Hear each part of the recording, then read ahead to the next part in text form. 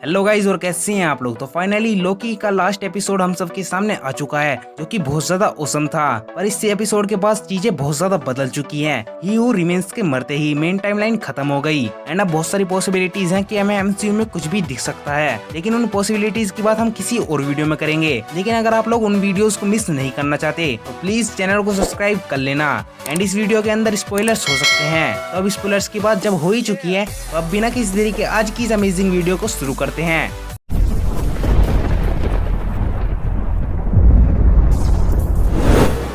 तो जब लोकी और सिल्वी ने एलाइथ को कंट्रोल किया तो उनके सामने एक पोर्टल ओपन हुआ, जिसके अंदर हम देखते हैं कैसल को।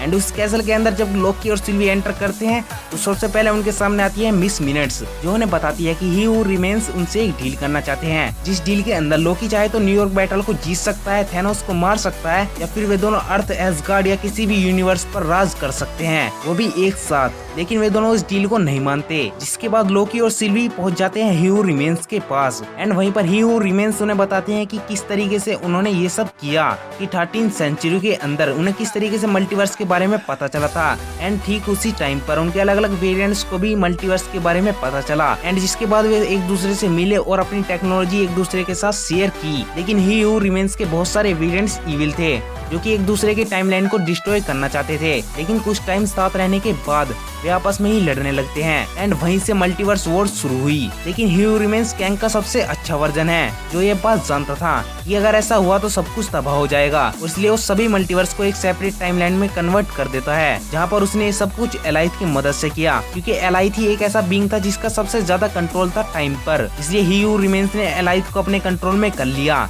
एंड एक सेपरेट टाइमलाइन बनाई, जहाँ पर इस पूरी सेपरेट टाइमलाइन को प्रोटेक्ट करना टीवीए का काम था। लेकिन जब सिल्वी ने ही हू रिमेन्स को मार दिया तो सब कुछ चेंज हो गया। उस सेपरेट टाइमलाइन में से बहुत सारी ब्रांचेस ओपन हो गई और अब इस सब के बाद हमें ही हू रिमेन्स के बहुत सारे वर्जन्स देखने के लिए मिलेंगे, जिसमें उनका सबसे ज्यादा पावरफुल वर्जन है कैंग, जो कि हमें बहुत जल्द एमसीयू में दिखने वाला है। लेकिन मेन टाइमलाइन के अंदर से जितनी भी ब्रांचेस बाहर निकली थी वे सब रेड लाइन को क्रॉस कर चुकी हैं। लेकिन जब लोकी ने मोबियस से बात की तो वो सब कुछ भूल चुका था, उसे ये भी नहीं पता था कि लोकी है कौन। लेकिन अगर आप लोगों ने लास्ट में नोटिस किया हो तो टीवीए के अंदर इस बार वहाँ पर ही हू रिमेन्स के किसी वर्जन का स्टैचू था, जहाँ पर हो सकता है कि टीवीए की भी अलग अलग मल्टीवर्स में अलग अलग ब्रांचेस बन गई हो। लेकिन अभी ये सब कुछ हमें लोकी के सेकंड सीजन के अंदर पता चलेगा कि इससे आगे अब होगा क्या। एंड इसका सेकंड सीजन कब देखने के लिए मिलेगा मैं तो आपको बता ही दूंगा, इसलिए चैनल को सब्सक्राइब कर लेना। और क्योंकि अब मल्टीवर्स ओपन हो चुका है तो इस बात की पॉसिबिलिटी बहुत ज्यादा है कि स्पाइडरमैन नो वे होम के अंदर हमें तीनों स्पाइडरमैन दिख सकते हैं। लेकिन आप लोगों को एपिसोड कैसा लगा